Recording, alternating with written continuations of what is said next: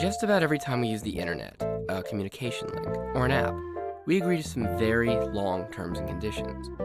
But what exactly are we agreeing to? You guys! You gotta help me! These business casual G-men are trying to kidnap me! What? It's crazy, dude!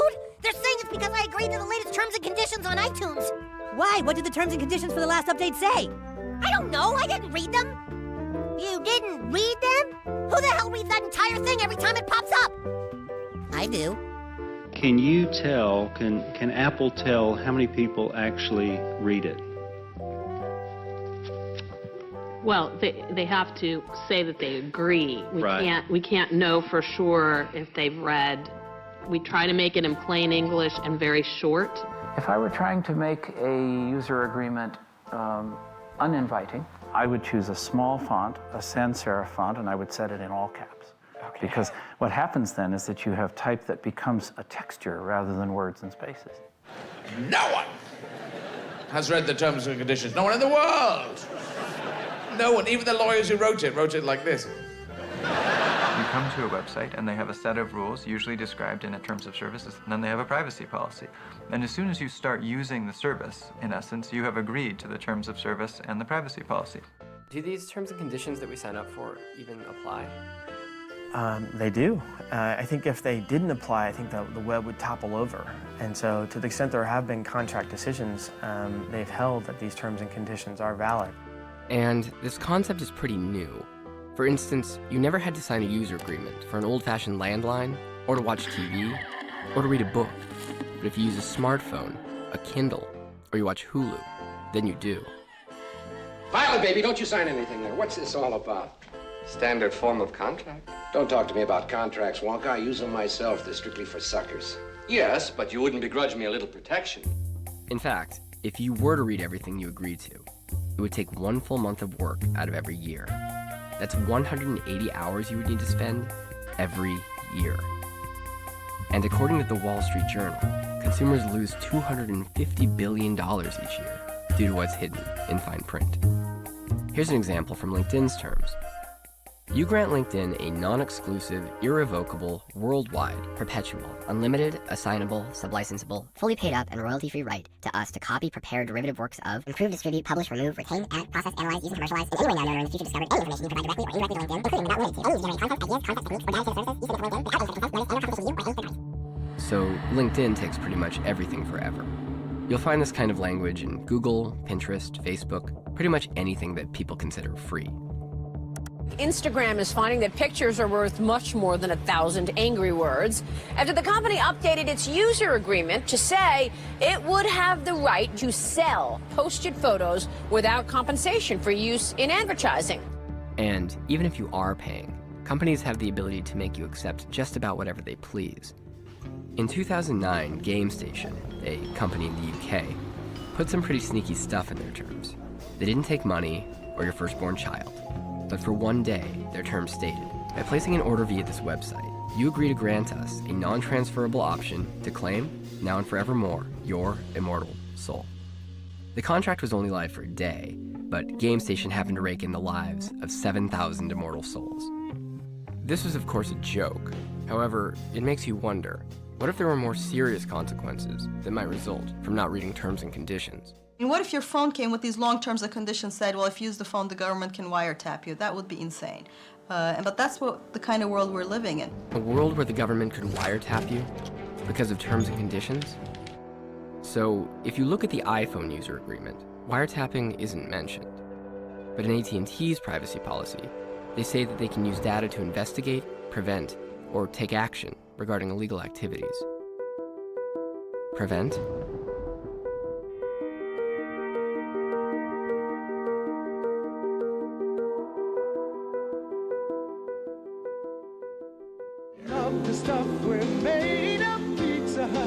In 1994, Pizza Hut became the first major chain to accept a delivery online. Suddenly, the internet needed a way to remember who you were, where you lived, and how you were going to pay. My question is, what the hell? Like, how do they know who you are? Yeah. Okay. There are these things called cookies, where, like, if you go to a site and buy something, it'll remember you and then create ads for other stuff you might want to buy. So it learns information about me? Seems like an invasion of privacy. It wasn't until the late 90s that companies began voluntarily adding privacy policies to explain what was happening with this data. Then, in 2000, an online company called ToySmart went bankrupt. But they had an idea. They tried to sell their database of 195,000 users to another company. This included names, billing information, shopping preferences, and family profiles, even though their privacy policy said they would never share information. People felt like they were being duped. Lawmakers tell you time and time again that every time they go back to the district, to their district, people are telling them that they want some internet privacy laws. They want some protection. In early 2001, over a dozen bills were introduced in Congress to protect privacy online. These acts of mass murder were intended to frighten our nation into chaos and retreat. But they have failed. All of the privacy legislation was killed or abandoned, and the Patriot Act was, of course, initiated. The bill before me takes account of the new realities and dangers posed by modern terrorists. This new law that I signed today will allow surveillance of all communications used by terrorists, including emails, the internet, and cell phones. The Patriot Act expanded the ability of the federal government to do surveillance in a lot of little ways. You don't need a judge's approval, for instance, to find out what website someone visited, what search terms they typed into Google. The question of your, if you will, information being retained by Google is not really at this point a Google decision. It's really a political or public policy decision enforced by different governments in different ways. What if privacy policies weren't about protecting privacy at all, but rather taking it away? Let's take a look at Google's privacy policy around this time to see if any changes were made. So here's Google's privacy policy from December of 2000. Google may also choose to use cookies to store user preferences. A cookie can tell us this is the same computer that visited Google 2 days ago, but it cannot tell us this person is Joe Smith, or even this person lives in the United States. And here's the privacy policy from 1 year later, in December of 2001. Google does this by storing user preferences in cookies and by tracking user trends and patterns of how people search. Google will not disclose cookies to third parties, except as required by a valid legal process, such as a search warrant, subpoena, statute, or a court order. Now, it's important to note the fundamental difference between these two policies. One says that you're totally anonymous. The other says, when necessary, you're not. But here's what's strange. So the first screenshot you saw of Google's oldest policy was taken by a non-profit internet archival service. It records what websites used to look like by taking snapshots, and it's been doing it since the 90s. Now, Google also lists the history of its privacy policies on its own official archive page.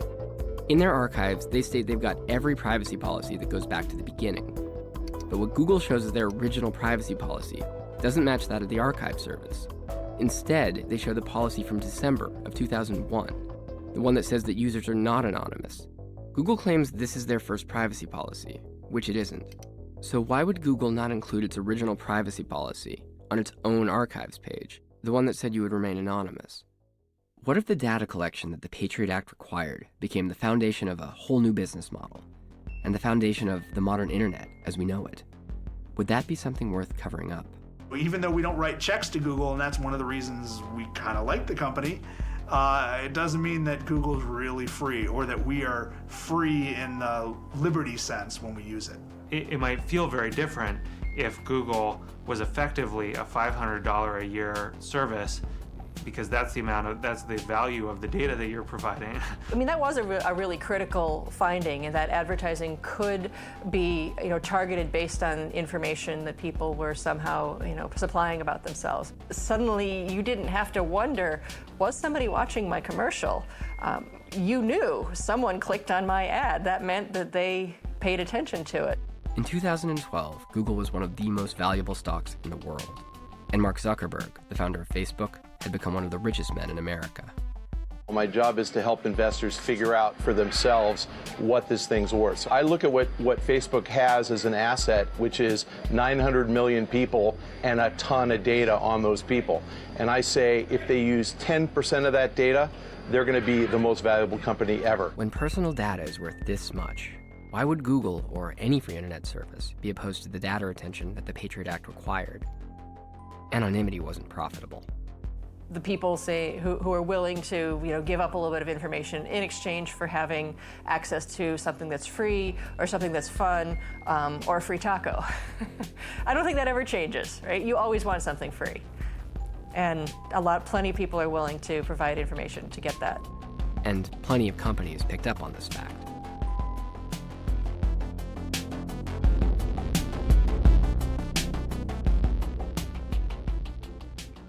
Let me give you some very practical tips.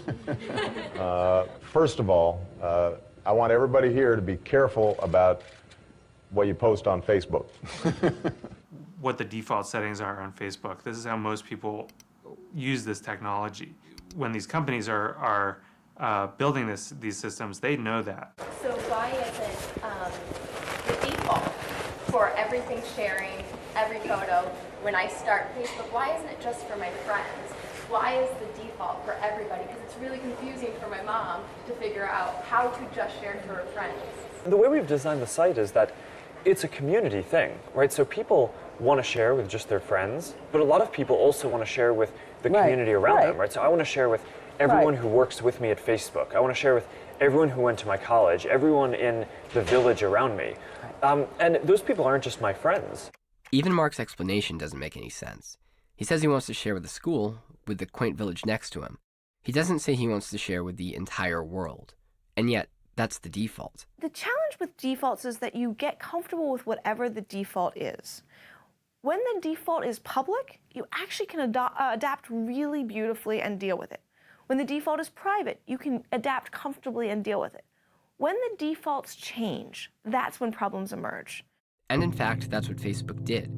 In 2009, Facebook made changes to their privacy policy without telling anyone. Doing a privacy change for 350 million users is a really, it's not the type of thing that a lot of companies would do. We decided that these would be the social norms now, and we just went for it. You might remember the fan page with over 1 million people who tried to get the policy reversed. What was the big deal, you might ask? Well, over the course of a night, Facebook turned what was once private information into totally public information.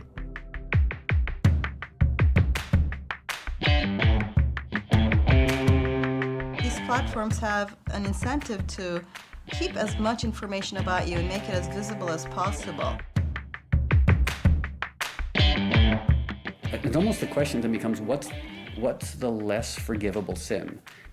having this crazy one-night stand or not knowing how to use Facebook properly.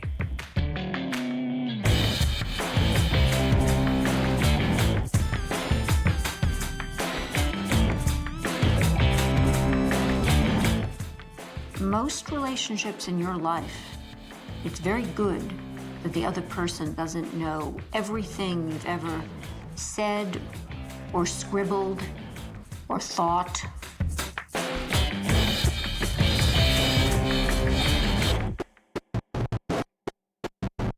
When you choose to share a photo album, you go to Facebook and you choose to put those photos there. Just kind of opt in on every single thing. Opt in. Opt in. Opt in. I'm okay with Facebook behaving like a company, but I think we need to treat it like a company and not treat it like some benign public utility. These are the default settings on Facebook in 2005, divided into 12 categories. As time passes, more and more information is shared by default. In 2009, Facebook began automatically sharing personal information with the entire internet. By 2010, everything was shared by default, except for your contact info and your birthday. We could, if you did a search and a Gmail and a YouTube and so forth yesterday, and you did it from your home, I'll give you the worst case. You did it from your home, and you only have one computer in your home. In theory, we could cross-correlate those and get all three together. We don't do that, and we're not likely to do that. But in January of 2012, Google made changes to their privacy policy, and they did just that. Google combined all of the information any of their services had collected about a person and put them into one single profile. What Eric Schmidt had said was the worst-case scenario, Google had actually done.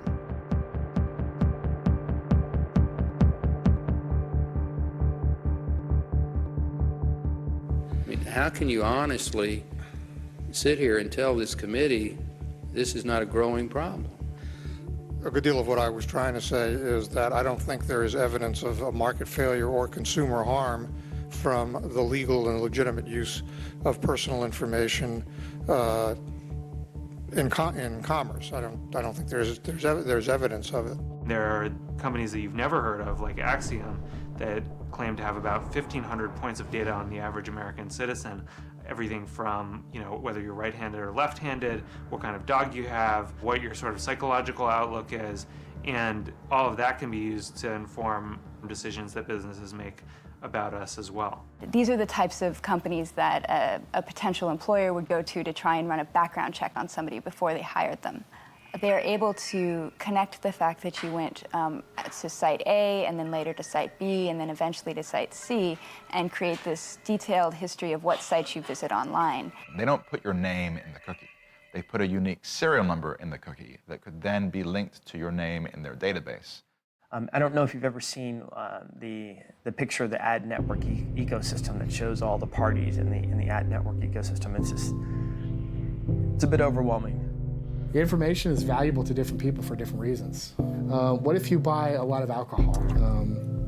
They might want to raise your premiums because they think you're at risk for alcoholism or something like that. The company might use it in a way that actually harms you.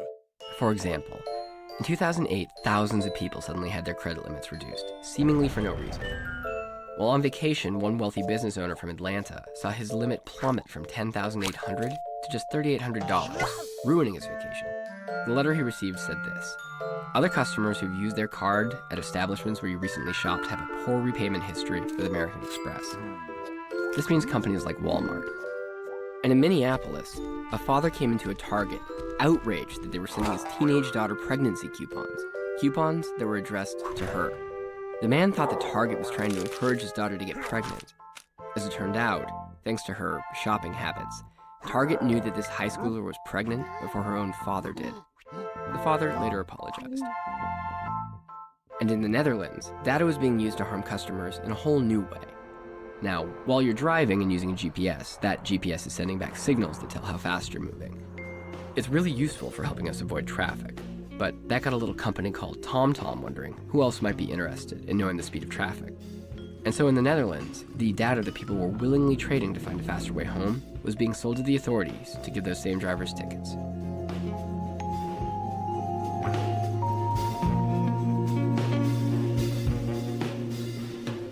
Is the reason we don't have any baseline consumer privacy law because of the FBI? No. That is largely due to lobbying by companies that have built extremely lucrative businesses around these business activities and don't want to do anything to disrupt that.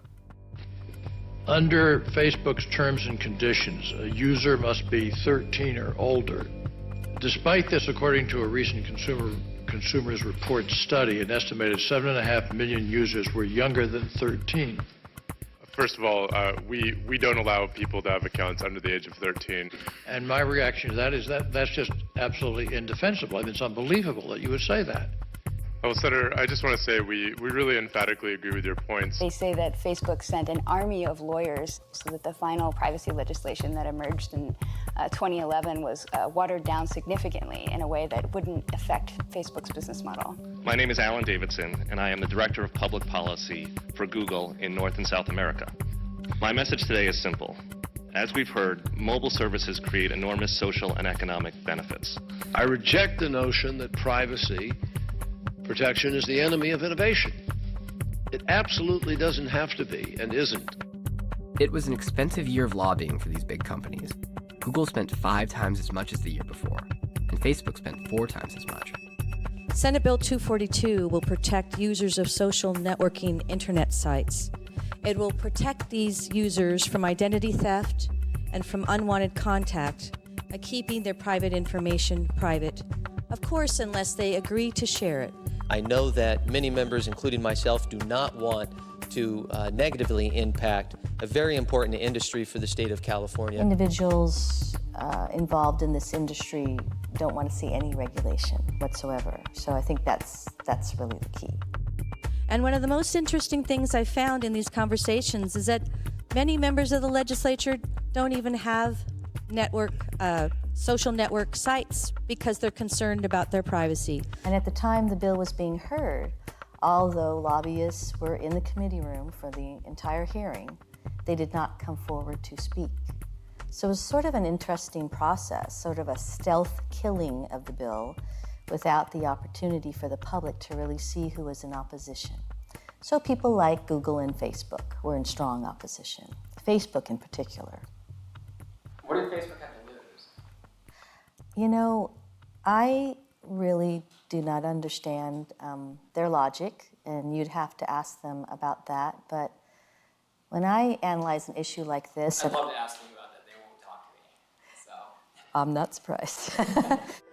I don't think the rules of law and regulation necessarily apply when it comes to, interacting with, a company that wants to sell you something. Yeah, we should be worried. But worried about what? Sure, the data collection allowed by privacy policies had fueled commerce, but was there something more serious we were agreeing to?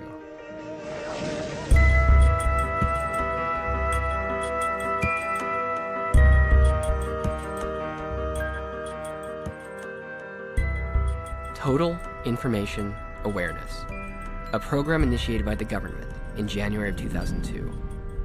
Its mission? To collect every digital transmission imaginable. And yes, this was their real symbol, the eye of the pyramid, scanning the Earth with a laser beam. It actually looks oddly similar to what's inside of Mark Zuckerberg's hoodie.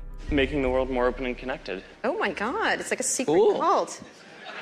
Total Information Awareness was a program designed to connect the dots, to link banking activities, to flight searches, to online activities. But the Pentagon is clearly moving to create the largest electronic eye ever to look at any and all Americans. You're looking for trends and transactions that are associated with some potential terrorist act.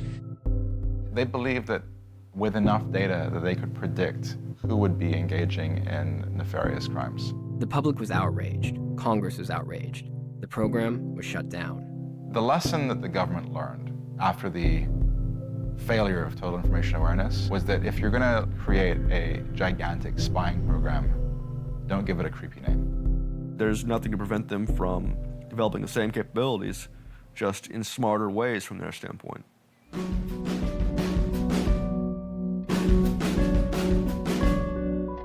A wiretap requires a court order. Nothing has changed, by the way. But in reality, lots had changed. We were told one day in late 2002 that an NSA representative was coming to the office. Mark Klein came to us at the Electronic Frontier Foundation with data and documents that showed that AT&T was engaged in a wiretapping program. The NSA is much different from the CIA. First of all, it's about 3 times the size. It costs far more. It's tremendously more secret than the CIA. And what it does is very different. It's focused on eavesdropping, on tapping into major communications links. They actually had a secret room in their facilities, and they were creating a copy of internet traffic and sending it to the NSA. So in a sense, they are vacuuming up, scooping up They are blindly vacuuming up everything going across those links. And you're certain of that? I'm certain of that. So President Bush owned up to it. I authorized the National Security Agency to intercept the international communications of people with known links to Al-Qaeda and related terrorist organizations. It's taken less than 24 hours after the Bush presidency ended for a former analyst at the National Security Agency to come forward to reveal new allegations about how this nation was spied on by its own government. The National Security Agency had access to all Americans' communications, faxes, phone calls, and their computer communications. Is there a recording somewhere of every conversation I had with my little nephew in upstate New York? Is it like that? It would be everything, yes. It would be everything. But then a beacon of hope arrived in the White House. Hi, Senator Obama. I appreciate your giving us the opportunity to ask you questions. I'm an attorney who represents federal whistleblowers, and I was very disappointed when I learned that you supported the bill that lets phone companies off the hook when they've helped the federal government without warrant wiretap phones. I recognize that some people feel like, yeah, well, the phone companies still were complicit in this. They should be held accountable still. I understand that argument. But the problem was the surveillance program is actually one that I believe is necessary for our national security. So they were immune, but that means that the programs are still shut down, right? The programs are shut down? Yeah, the wiretapping program. And I have no reason to believe that the wiretapping programs have been shut down. No, if the wiretapping programs had been shut down, then I don't believe that the government and AT&T would still be fighting in court for the legality of it. So Barack Obama hasn't changed anything? No, Barack Obama did not shut those programs down after he took office, even though he had threatened to before he became president.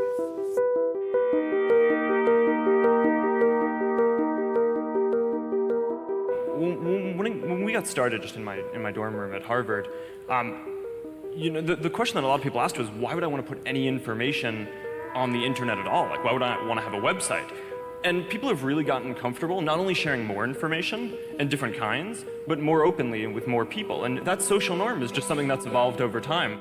You may have seen the Onion take on Facebook, which was the CIA has just announced its most recent handy invention, Facebook.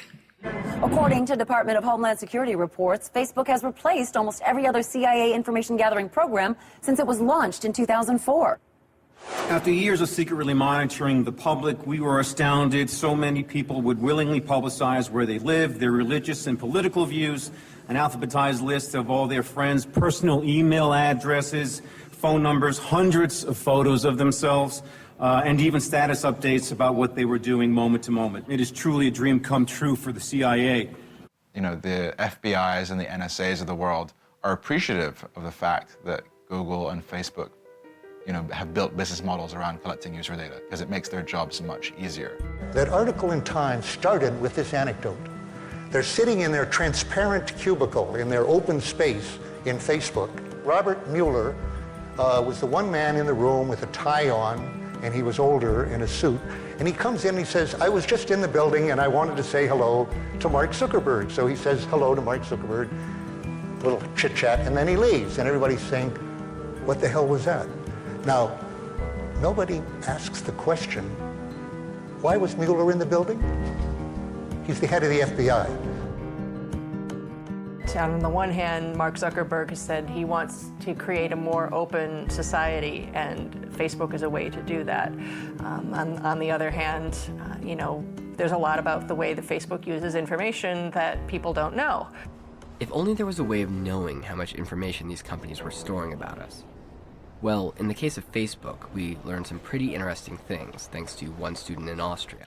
And unlike the US, Europe has a law that requires a company to tell a customer what data they have stored on them, if that customer wants to know. And Facebook, unlike most major internet companies, had actually built a headquarters in Europe. Apparently we were like the only 3 people that were like pushing hard enough and like asking again and again and again, and going through also the Irish authority to finally really get at least like a bigger part of our data set. We still didn't get everything right now. Got it right there, just to have like an idea how much it actually is. That's like just to picture it and to see how much it is. Wow, this is more than a baby. Yeah, that's 1,222 pages. I'm a member of Facebook for 3 years, but I was using it more intense for like the last 1.5 years or so. What's interesting as well is that I didn't post too much actually. Like I'm a person who posts something like once a week or so. With this giant ream of information in front of me, is it hard to go through it and actually find specific details about a person? No, that's super easy because it's I mean, we just used the search function in the PDF file. So you just type in one word, let's say demonstration or sex or a political party or something, and within a second you find the right information. So within a couple of minutes you can figure out what people voted for, what, I don't know, psychological problems they have, what parties they've been to. All these informations are like really easy to find actually. While using that service for such a short time, you still had a data file that's bigger than anything that any CIA, FBI, or I don't know, Stasi ever had about an average person. If you hit the remove button, it just means that it's flagged as deleted. So you hide it actually from yourself. But anyone like Facebook or any government agency that wants to look at it later can still retrieve it and get it back. And that means that it's there for an indefinite time. Even though you hit the delete button and they ask you 3 times if you really, really want to delete it. It's not actually gone. It's not actually gone, it's still there.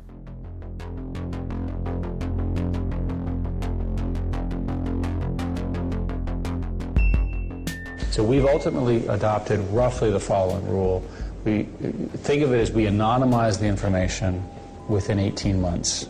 It might be anonymized after 18 months, but all of the searches that we've ever done are still there. The underlying data is still there to be de-anonymized at some point. And de-anonymizing search records turns out to be shockingly easy. That is, taking private searches and finding out whose records they are. In 2006, AOL turned over a bunch of these anonymized search records of their users to the public, and it only took a few short hours for a reporter to decode who user number 4417749 was. Between searches for things like numb fingers, 60 single men, and dog that urinates on everything, the reporter uncovered a woman named Thelma Arnold. She was age 62. But then there's user 1755669, who looked up how to kill your wife multiple times, along with decapitated photos, and then in the middle, the user actually looks up steak and cheese. Steak and cheese. And there were plenty of users online who were quick to judge what was going on here. It was murder.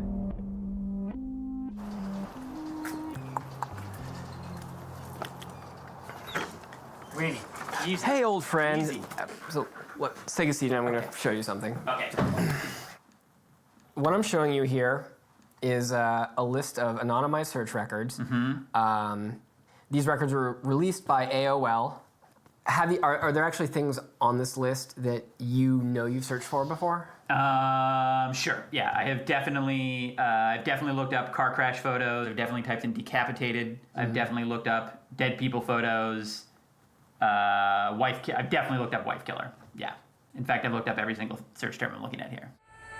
You see, Jerome had been a writer on Cold Case, a TV show where each week cops have to solve a murder mystery. Well, that's always what scared me when I was entering those search terms, was if there's some sort of automated system that just red flags you based on the search term, they're not going to look and say, oh yeah, he was probably working on a TV show, and that's why he was just Googling how to murder my cheating wife. I just wanted to confirm that I had not murdered you and that you were alive. No, I am allowed to come out of this room. And our baby's safe. Okay, good. It has a clean diaper. Oh, thank God. So we can rest assured you are not a murderer. I am not a murderer.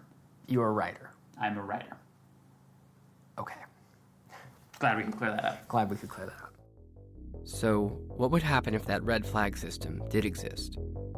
If a dad like Jerome might someday have his door knocked on because his search records became public.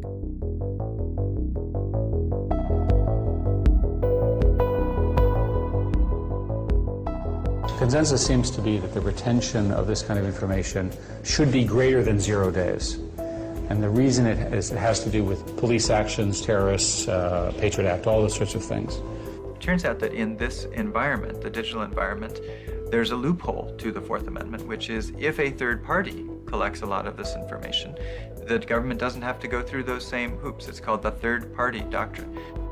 The third party doctrine means that when you, a consumer, share your data with a bank, with an email provider, with a search engine, with any kind of technology company, you have basically given up what would have been your Fourth Amendment protections over that data. For the government to get information from a Google or a Facebook is a lot easier than the government doing it itself and putting a wiretap on our phones. Large companies like Google and Facebook receive thousands of requests a year from government agencies. Facebook has 25 employees doing nothing but surveillance. And these companies routinely receive requests, they process the request. You may be surprised to hear that secret searches of email by the government seem to be commonplace. Law that governs when the government can get electronic communications, like emails and things that are stored in remotely, was written in 1986. And it can have effects that allow the government to at least claim that they should be able to get location data without a warrant. Or at one point, the government was claiming that it doesn't need a warrant to get emails that you've opened.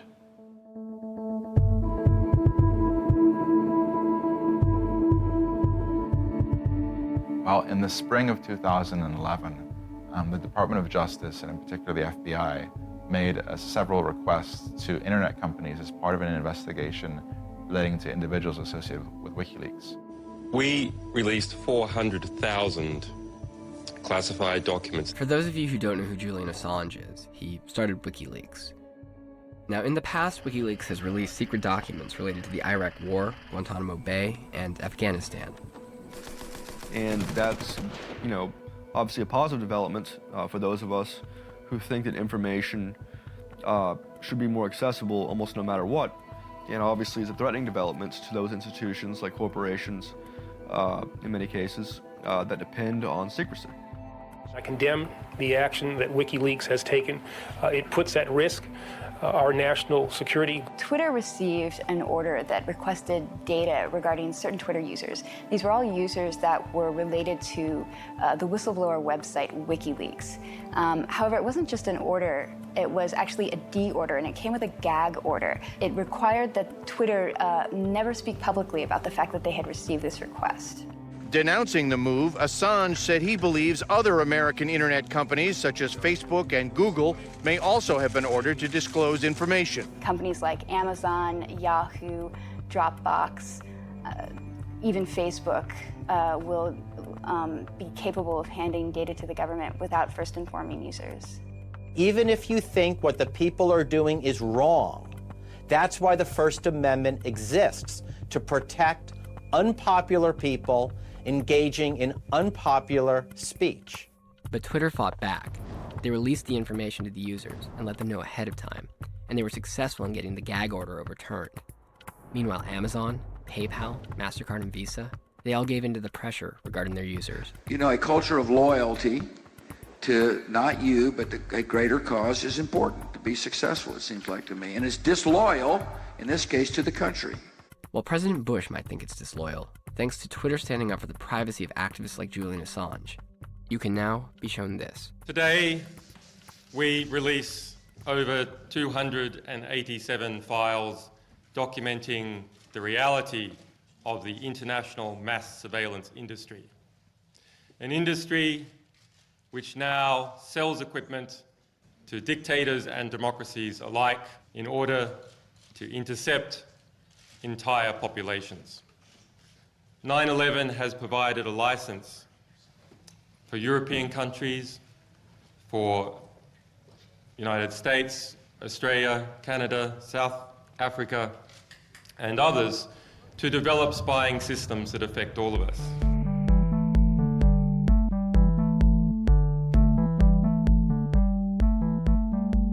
The spy files show the massive industry that surrounds selling to the US government and governments around the world. Instead of having something called the Total Information Awareness Act with this big symbol with the eye of the pyramid looking at everybody and scanning the world with its sinister laser beams, instead they just have a bunch of companies that exist that are providing bits of those capabilities that are provided under different contracts that do go up to the same agency, the same people. One of the most popular is called Massive Intercept, and basically what governments are trying to do with this is get as much information as possible from our communications so they can analyze that and detect patterns in that. And it's interesting, you know, in your article that you really talk about the secretive nature of the business, that they sell through trade shows which are not open to the media. But we actually went to one of these conventions. It was pretty easy. We just called and asked for a pass. So we talked to the representative from one of these companies, a firm called Celebrate. They were included in the spy files. They're a company that sells cell phone extraction tools to every major government sector in the US. So my name is Christopher Shin. I'm the Vice President of Engineering for Celebrite USA. Today I'm presenting to you the Celebrite UFED system, to my right here. It is a device used to extract countless information from mobile devices, so text messages, pictures, video, audio, call logs, that kind of thing. It's used by agencies across the United States and the world. Yeah, the iPhone specifically stores a lot of information, more than your normal handset. It really is a digital store of your personal life, your business life, and this is why the field is actually, it's been growing exponentially over the last couple of years. So as the devices get more complex, they can hold more information. This is one of the most personal devices to you today, even more than your laptop. So we think of ourselves as basically a tool manufacturer, just like Glock or Beretta is producing a firearm. We're producing a tool that does a certain task, and we're marketing that tool only towards, just like you can't go out and just buy a handgun without credentials. We're not just selling it to everybody. So. But could you conceivably sell it, or are there laws against it? There are no laws against selling this to someone that's not in law enforcement or government, something like that. If someone was to dump my phone tomorrow, they might get a good laugh out of the content in it, but I don't think I'd be put in jail. So I think that it really depends on how you look at it. I mean, there are privacy concerns, but I'm a little bit more on the liberal side of my privacy being exposed. I mean, other people, of course, that's a completely different, it's a completely personal view. My device, my phone itself, I mean, I actually take that back. I have a lot of work-related information on my BlackBerry. So if this information did get out, I probably would be pretty concerned. So. The surveillance vendors target two types of customers. They target governments directly, and then they also target internet service providers and telecommunications carriers who are tasked with the responsibility of spying on their own customers. For example, there was a little piece of software that had been installed on every phone in America. This software was called Carrier IQ. And thanks to a little video that a systems administrator from Connecticut posted on YouTube, the world now knows that this software had been monitoring our every keystroke. 553, and so on and so forth. According to Carrier IQ's chief marketer, they're aware this information is sensitive and call it a treasure trove. It became big enough of a deal that Al Franken decided to take this issue to Congress. Mr. Director, millions of Americans have smartphones with pre-installed software designed by a company called Carrier IQ. Recent research has shown that it captures a broad range of sensitive information. Let me start off by saying we have neither sought nor obtained any information from Carrier IQ in any one of our investigations. Okay, not directly from Carrier, but what about from the wireless carriers? No, I don't believe so. If you're specifying the use of the carrier IQ software in by a wireless carrier, have we sought that? I do not know, in the information we seek from wireless carriers or what have you, and I'm not talking about carrier IQ, I'm talking about wireless carriers, that we may obtain information that in some way carrier IQ may have been involved with. Why would the FBI need carrier IQ to send them all of this information? After all, they could be using any of these services that were included in the spy files. Take this product, for instance, Scan and Target, which claims that it can search through the SMS, the IMs, Twitter, emails, Facebook, blogs, and forums, all while analyzing huge volumes of information in real time. Or Finn Fisher, which demonstrates how police can infiltrate anyone's system through a variety of videos that used to be available on their website. They even show the agent hacking into Google and Facebook in their demo. Who has this kind of equipment? Massive interception equipment is sold by surveillance vendors around the world. So it's really up for grabs for anyone who wants it and can pay the price. The Finn Fisher system was sold to Egypt to monitor people who oppose their leader. These are the actual documents. It even includes training for 2 to 4 people for the low price of about 11 grand. Or the Hacking Teams project, which advertises that it can track hundreds of thousands of cell phones, all on one system. Or software like Kapow, that analyzes all social networks, with features like the ability to search out keywords and phrases. Everything that happens on Facebook, and it shows the frequency of conversations between one person and another, and all that kind of thing. That allows for a lot of profiling. It creates massive databases for law enforcement to exploit and often misread. With hundreds of companies offering these services, why would the FBI need to use carrier IQ? Everything coming from a cell phone, everything coming from a computer, anything that's going over the internet, out of the country or even internal within the country, can be monitored using this kind of equipment. If you look at news stories now about what they call big data is really looking up the question of how can government and corporations work with that data in order to look for anomalies and predict when you're going to do something so they can stop you from doing it. And the government isn't even that secretive about it. If you visit their business website, there's an application there looking for developers to create better tools for mass surveillance of our online activity. Examples for surveillance include, but are not limited to, Fox News, CNN, MSNBC, Twitter, Facebook, etc. Which brings us back to that word you'll find in many user agreements. It's the word that sent us down this whole path in the first place. Prevent. So this might make you wonder, what potential threats would all of the surveillance we agreed to actually prevent?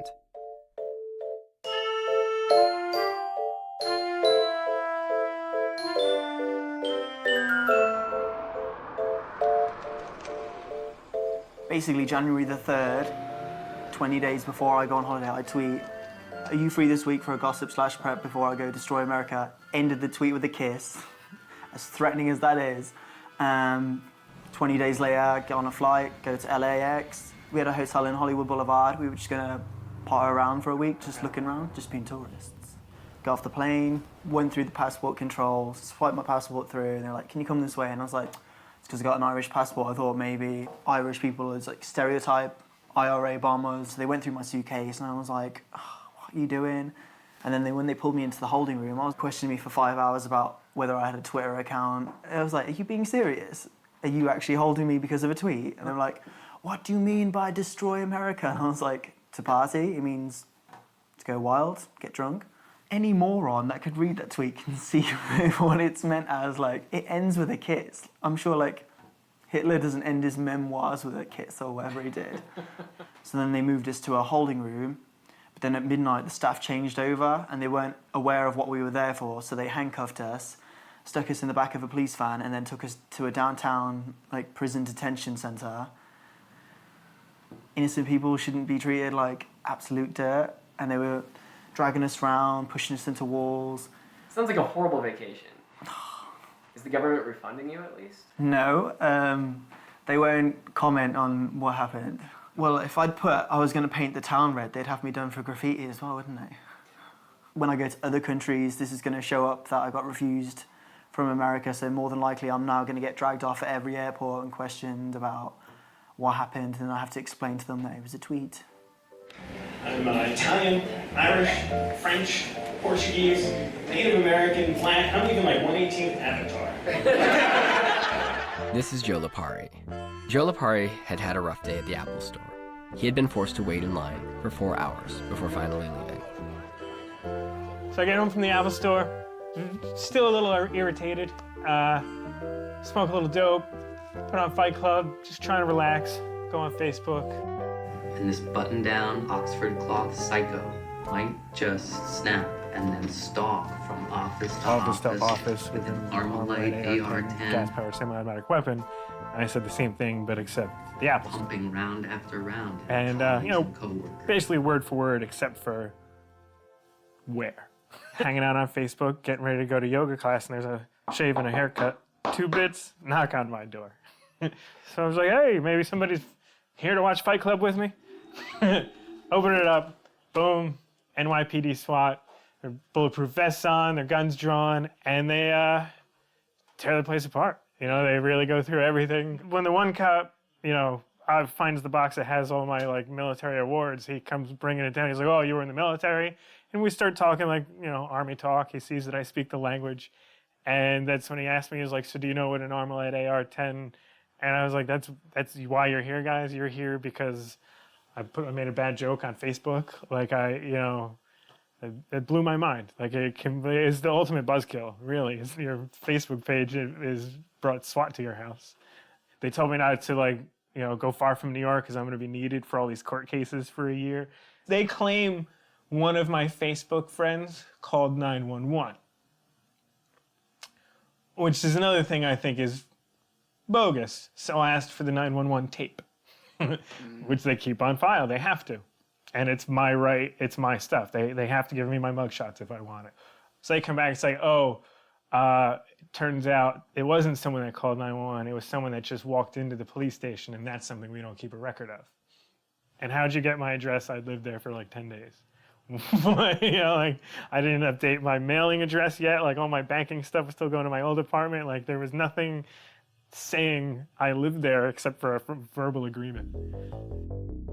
3 minutes after being done with my lunch, I was told to go up to the office, and then I was sat down inside the vice principal's office, and I wasn't told what was going on until maybe 10 minutes later. My phone rings, I look at it, and it was the number to his school.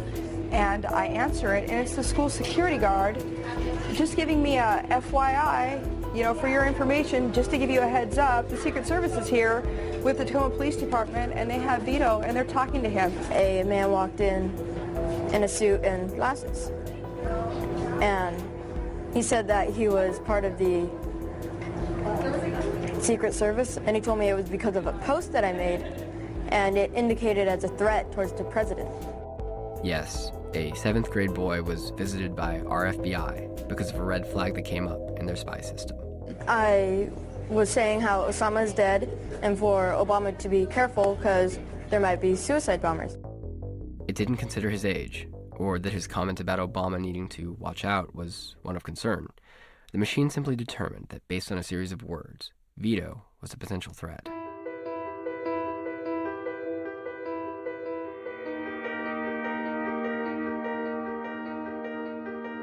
Pre-crime, their belief, this potential breach of the peace, their belief that you might cause a crime. There's pre-crime arrest and minority report. Mr. Marks, by mandate of the District of Columbia Pre-Crime Division, I'm placing you under arrest for the future murder of Sarah Marks and Donald Dubin that was take place today, April 22nd, at 0800 hours and 4 minutes. No, I didn't do anything. This arrest that happened on the royal wedding day when I attended a zombie flash mob wedding picnic. Right. And myself and 4 other zombies were arrested preemptively for potential breach of the peace. Even if you dress up as a zombie, it seems to me that the crime isn't really committed until you eat some brains. Yeah. To be fair, we did have some brain cake. Oh. So there's that. How did they know that you were going to be dressing up as a zombie this day? There could have been emails or anything really. It could have been, it's hard to know, yeah. I think that's the toughest That's the thing, scary right? thing, yeah. Yeah. The indication that they were monitoring private social networks came in the way they were reacting to certain things and asking about certain things. So they were asking about maggots and asking about climbing gear, which they must have heard about through some exchanges on the internet, neither of which was true. Nobody had maggots or climbing gear. Not something that was itself posing a hazard to the royal wedding celebrations. We were nowhere near the royal wedding celebrations, and we had no plan of going near the royal wedding celebrations. Anything that wasn't part of the official, ostentatious, joyous, expensive celebrations of this wedding of two strangers was prevented from happening. And that seems deeply disturbing. You can see that surveillance measures are being used to silence protests before they even happen. This was, of course, the royal wedding.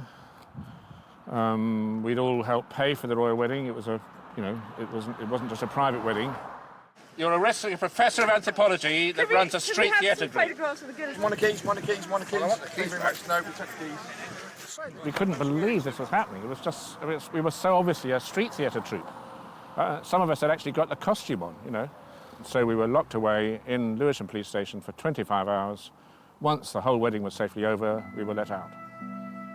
For the first time, as far as I'm aware in this country, a number of us, something like 50 of us, were arrested and in most cases incarcerated for thinking about protest, for thinking about, in this case, some street theatre. A lot of life is based upon trust. I mean, if you have a conversation with your inner circle on a key strategic decision that is vital to your company, and you read about it in the newspaper before the decision is implemented, in other words, you get preempted from acting because somebody inside your company has talked, you're not going to like it, and it'll hurt. The activists didn't need to commit any crime. They just needed to text, to email, and to call each other about potentially protesting. But I think that the answer is not to take away the capacity of looking at the public actions of citizens and keeping a record of them. The solution is to make sure that we elect better governments. So one of the things I hear a lot is, who cares if they're collecting all of this information about me? I don't have anything to hide, so why does it matter? Well, I know this argument, and it is not very new. It's old-fashioned, saying we are complying with rules, and so what happens? Between leading the sinful life I would like to lead and hoping that governments will protect my privacy, or assuming that no one's going to protect my privacy and leading a less sinful life, I'll go with the latter. It's simply just the odds of success seem higher to me. I congratulate the people who say they have nothing to hide. I don't believe them. And I also say that they're probably hiding something from someone. We all do. You have nothing to hide till you do. And you are not necessarily going to know what you have to hide or not.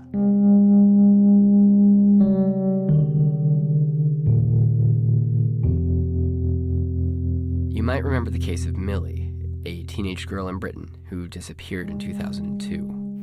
Police in Surrey say they're growing increasingly concerned about the safety of a 13-year-old girl who hasn't been seen since Thursday afternoon. Before the police found her body, her parents were holding on to hopes that she might still be alive. I'd say if someone has taken Millie and is holding her, then please, please give her back to us. Why is that, you might ask? Well, because according to phone records, Millie had checked and deleted her voicemail. We were sitting downstairs in reception and I rang her phone. Yes. And it clicked through onto her voicemail, so I heard her voice. Yes. And it was just like I jumped. She's picked up her voicemails, Bob, she's alive. And I was just, it was then, really. As it turned out, members of Rupert Murdoch's corporation had been hacking into Millie's phone, trying to be the first to reveal details of this national news story. Right, I think this is the watershed moment when finally the public start to see and feel, above all, just how low and how disgusting this particular newspaper's methods were. This was a murdered schoolgirl, and the thought that a very tight-knit circle of very senior politicians linked up very closely, intimately, with the police and with the media mogul, Rupert Murdoch. For 30 years, as British prime ministers came and most certainly went, a constant character in their worlds was Rupert Murdoch. the billionaire media mogul whose press... For years, celebrities and individuals like Millie had the voicemails they thought were hidden and private accessed by Rupert Murdoch's corporation at the expense of people like Millie's parents. And it took nearly a decade to expose the misuse of this highly personal data.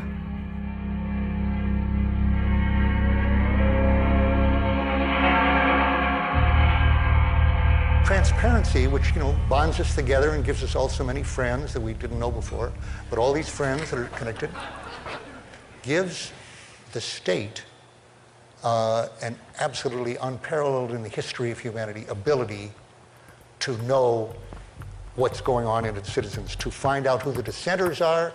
The government is making whistleblowing a crime.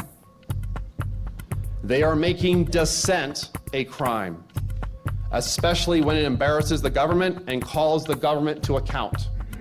If sources are going to get discovered, and if whistleblowers cannot securely and anonymously provide that information to journalists, we as a society won't know when our rights are being silently violated.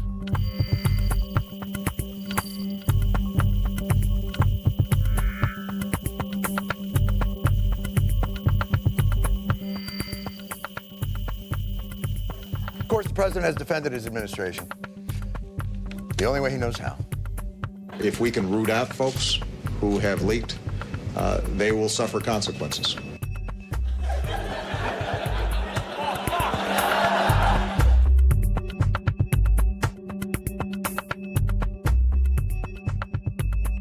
If you look at a technical perspective, the technologies of maintaining privacy are actually running ahead of the technologies that break it. For example, encryption, which can maintain your privacy, is running ahead of decryption. But what if there was a way to store information until it could be decrypted?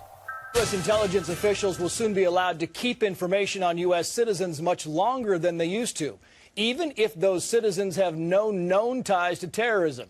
Under new rules, the government can store data it gathers for 5 years. That's up from the current limit of 6 months. General Alexander, if Dick Cheney were elected president and wanted to detain and incessantly waterboard every American who sent an email making fun of his well-known hunting mishaps. What I'd like to know is, does the NSA have the technological capacity to identify those Cheney bashers based upon the content of their emails? In the United States, we would have to go through an FBI process, a warrant, to get that and serve it to somebody to actually get it. I see, but you do have the capability of doing it. But not in the United States. There are new questions about the National Security Agency's massive spy center under construction in the desert of Utah.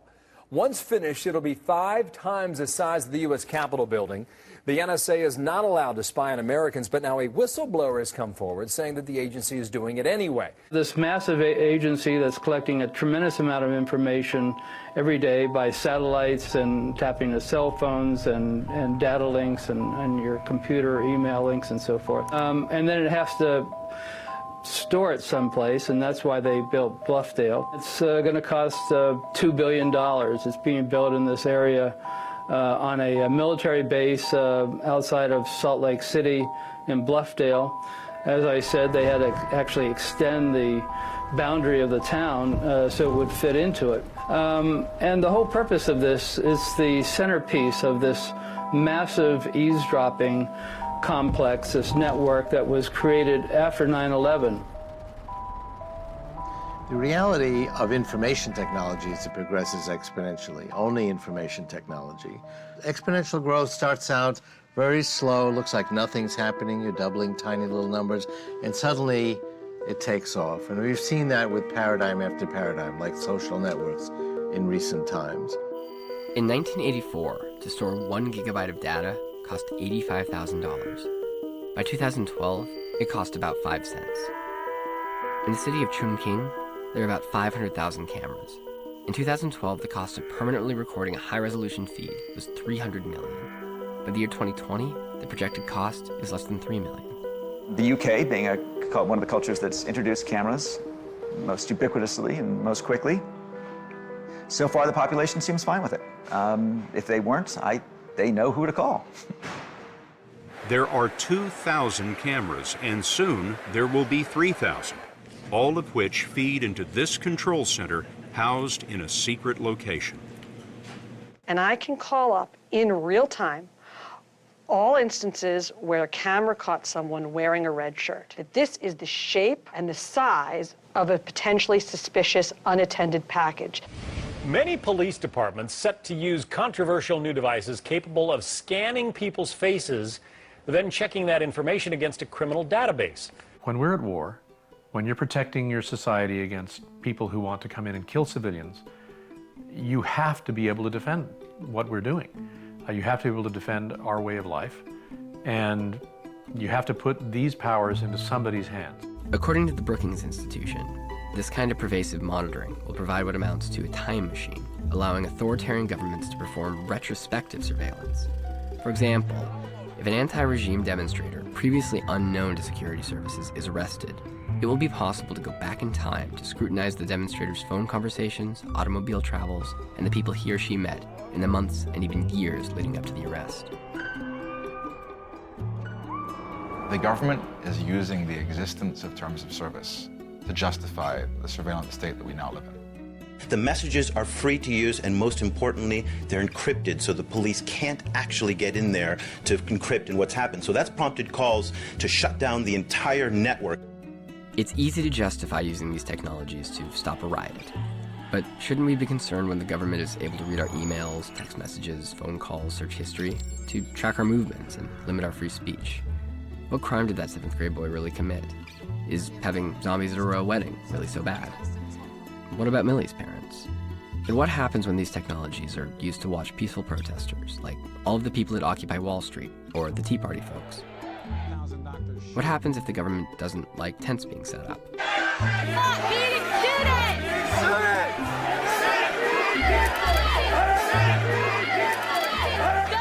Despite all of this, it was starting to seem like, so what? So what if the government can acquire all of this information? Maybe it's good they can keep the peace when riots are happening. And besides, maybe it was already too late.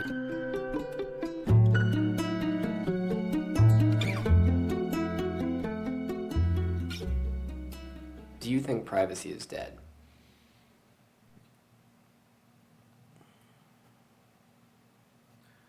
I mean, it's certainly dying. Whether or not for privacy privacy is going to remain dead unless there's a really fundamental shift in the dynamics by which that's decided. By which I mean the only real effective response is to monitor and to change the behavior, the tendencies of the intelligence industry and law enforcement and all that, and even companies.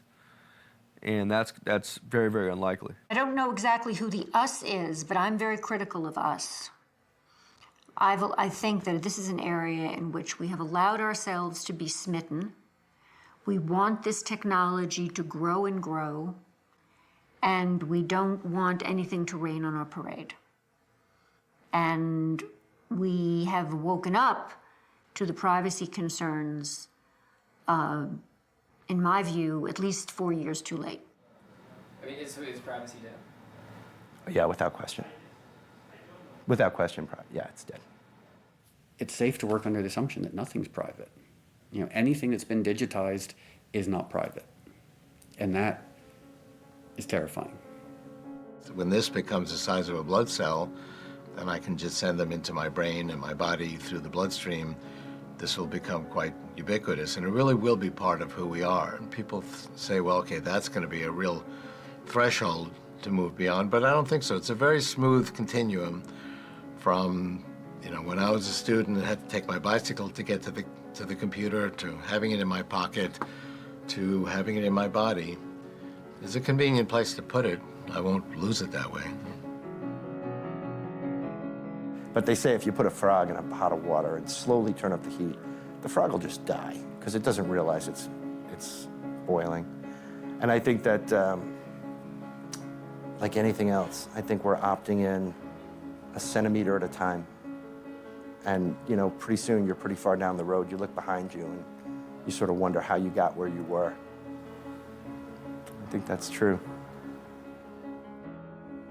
it's just completely out of control. I mean, it's just, sky's the limit, you know? They know everything about us now. It takes someone, it takes someone who's in charge of laws having what is being done to American citizens done to their email account, done to their Facebook profile. They're going to pay attention to it. All of these powerful institutions, they're not subject to the same invasions of privacy as the rest of us are. Eric Schmidt, the CEO of Google, once said, if you have something that you don't want anyone to know, maybe you shouldn't be doing it in the first place.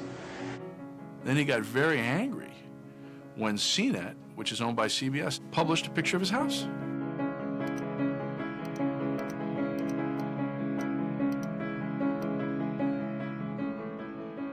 Well, when you ask Google about do not track, they claim we have to understand how to define that before we can implement any technology. Do not track is pretty simple. It means we don't want to be tracked. The only reason Google doesn't understand it is because Google doesn't want to implement it.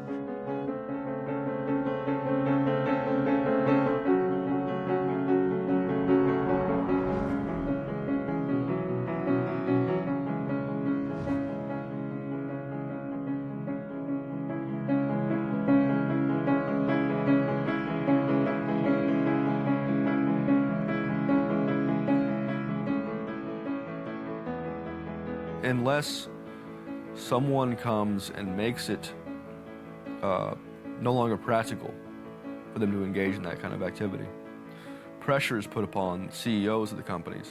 They're going to engage in it.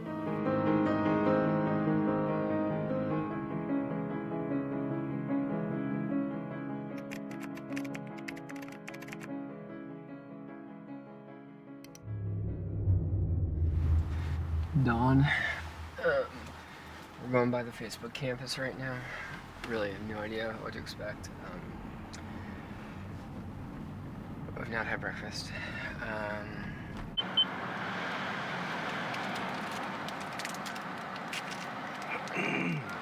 Zuckerberg. He'll know that I checked in here too, so that's good. He knows that I'm right next to his house. Let's see. We have here's the exact quote from Mark. So, having two identities for yourself is an example of a lack of integrity. Lack of integrity. They just did a knock-up on his door, so it seems very likely that we might get a Mark Zuckerberg sighting today.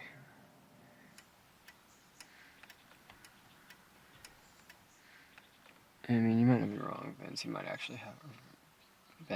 actually have a tunnel. There's some definite motion in the yard. Is the dog? Here we go. That's it. He's walking down.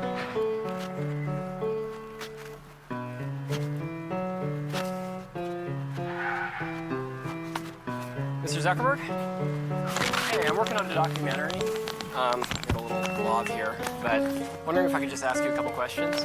No, sorry. Really? I have to organize all I this stuff. ask, do you still think privacy is dead? What are your real thoughts on privacy? Are you guys recording? We are. Can you please not? I can stop, yeah. All right. Mark Zuckerberg had asked me to please not record him, so we shut off the main camera. But since Mark doesn't seem to mind storing our data after we think it's been deleted, this only seemed fair. Can you please not? I can stop, yeah. All right. Can I come by your front desk, though, and ask about setting up an interview? Yeah, I mean, we have a department where you can talk to people about that. Yeah, I know. I've tried going through it a few times, and I never hear back. There's a major difference here. Mark loosens up after he thinks we've stopped recording. And you see that? That right there. That's a smile. Mark Zuckerberg smiled at me. And you know why? Because he thought I had stopped recording, and he was relieved.